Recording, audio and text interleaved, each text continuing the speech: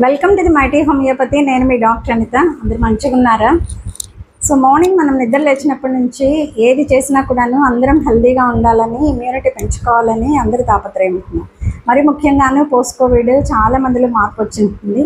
Walking చేసేవాళ్ళు, యోగా చేసేవాళ్ళు, gym చేసేవాళ్ళు, ఇంట్లోనే ఎక్సర్సైజ్ చేసేవాళ్ళు, రకరకాలుగా తమ శరీరాన్ని శారీరక శ్రమ ఉపయోగించి శరీరాన్ని ఆరోగ్యంగా, ఇమ్యూనిటీ పెంచుకొని అందరూ ఆరోగ్యంగా ఉండాలని అందరూ ప్రయత్నిస్తున్నారు. కొంతమంది అయితే ఏమీ చేయట్లేదు. సో తప్పకుండా అందరికీ శారీరక శ్రమ అనేది ఇంపార్టెంట్.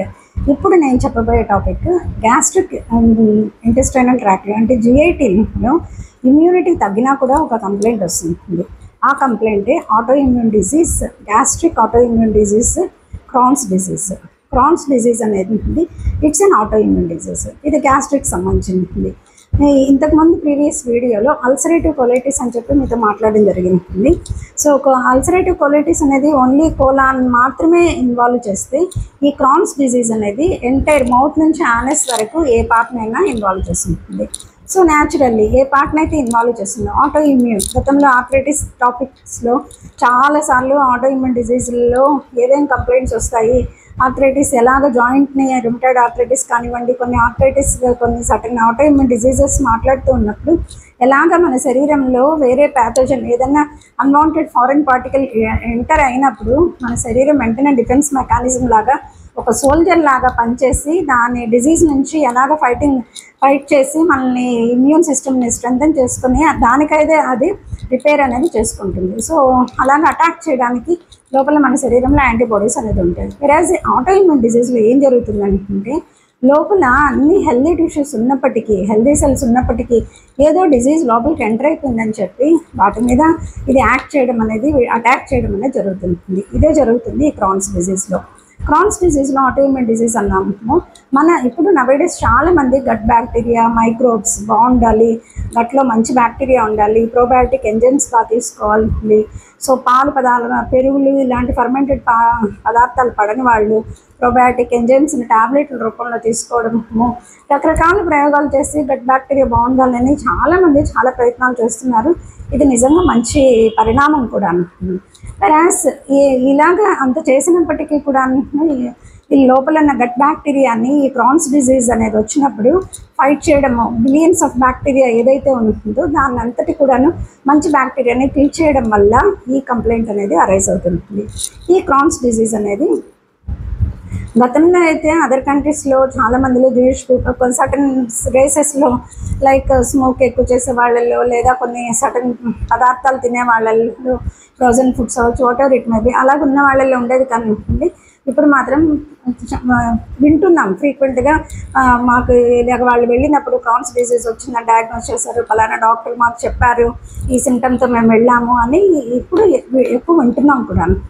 సో ఇమ్యూనిటీ అనేది మన బాడీని స్ట్రెంథెన్ చేసుకోవడం అనేది ఎంతైనా ఇంపార్టెంట్ ఉంటుంది.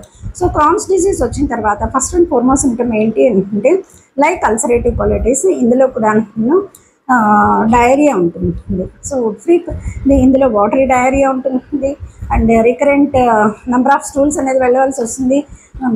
Belly pain and first of all పొట్ట నొప్పి అనేది ఎక్కువ వస్తుంది. దీంతోపాటు రిపీటెడ్గా డయేరియా అవ్వడం వల్ల వీక్నెస్ వస్తుంది, ఫెటిక్ ఉంటుంది. అండ్ వెరాస్ ఇదే కాకుండా అన్ఎక్స్ప్లెయిన్ వెయిట్ లాస్ ఉంటుంది, ఫీవర్ ఉంటుంది, అన్ఎక్స్ప్లెయిన్ ఫీవర్ ఉంటుంది, వెయిట్ లాస్ ఏమీ చేయకుండా ఫీవర్ ఉంటుంది. So inflammation, auto immune disease immune system బాగున్నప్పుడు ప్రతి ఆర్గాన్ని, మౌత్ టు యానస్ అనుకున్నాం కాబట్టి ఏ ఆర్గాన్ని ఇన్వాల్వ్ చేసినా ఆర్గాన్ అంతా కూడా డ్యామేజ్ చేసుకుంటూ వస్తుంది. సో సపోజ్ మౌత్ని అటాక్ చేస్తే యాప్టస్ అల్సర్స్ అనేది కనబడుతుంది. వెరాస్ రెక్టల్ కెనాల్ని ఎక్కువ ఇన్వాల్వ్ చేస్తే, ఇది మోస్ట్లీ స్మాల్ ఇంటెస్టైన్లో ఎక్కువ ఉంటుంది అండ్ రెక్టల్ కెనాల్లో యానస్ వరకు ఉంటుంది కాబట్టి రెక్టల్ కెనాల్లో కూడా ఉంటుంది. స్మాల్ ఇంటెస్టైన్స్ని డ్యామేజ్ చేయడం అనేది జరుగుతుంది. సో కింద భాగంలో కెనాల్ని, రెక్టమ్ని ఇంక్లూడ్ చేసినప్పుడు అందులో స్పెషల్లీ ఫిస్టులాస్ అనేవి, ఫిషర్స్ అనేవి, హెమరాయిడ్స్ అనేవి ఫామ్ అవుతాయి. అండ్ స్కిన్ ఒక పిక్చర్ రూపంలో చూపిస్తాను. పయోడర్మా గ్యాంగ్రెనోజం అని చెప్పి అండ్ ఎరిథోమా నోడోజం అనే స్కిన్ ప్రాబ్లమ్స్ అనేవి డెవలప్ అవుతూ ఉంటాయి. ఇవే కాకుండా జాయింట్స్ సమ్టైమ్స్ ఇదేంటి ఇలాగ ఎక్కువ మాటలు ఉన్నప్పుడు లోపల ఆస్టియోపోరోసిస్ అనేది కూడా, వీక్నెస్ వల్ల ఆస్టియోపోరోసిస్ అనేది కూడా వస్తుంది.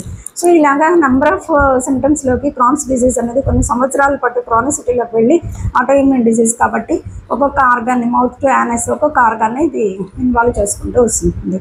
సో స్పెషల్లీ నేను at the end of this video నేను చెప్పదలుచుకున్నది, ప్రతి ఒక్కరూ ఇమ్యూన్ సిస్టమ్ని స్ట్రెంథన్ చేసుకోవడానికి రకరకాల మెడికేషన్ కాకుండా ఒక సిస్టమాటిక్గా మనం ఏం తింటున్నాం, ఎలా తింటున్నాం, ఏం చేస్తున్నాం, సడన్ ఫిజికల్ ఎక్సర్సైజ్ ఉందా, ఇన్ఫ్లమేషన్ ఏమన్నా బాడీలో వస్తుందా, లేదా కొన్ని అలార్మింగ్ సైన్స్ మన బాడీనే పంపిస్తుంది. రాత్రులు డయేరియాకి ఎక్కువ మాటలు డయేరియా రాకూడదు, నార్మల్ స్టూల్స్ ఉండాలి, వీక్నెస్ రాకూడదు, వెయిట్ లాస్ అవ్వకూడదు.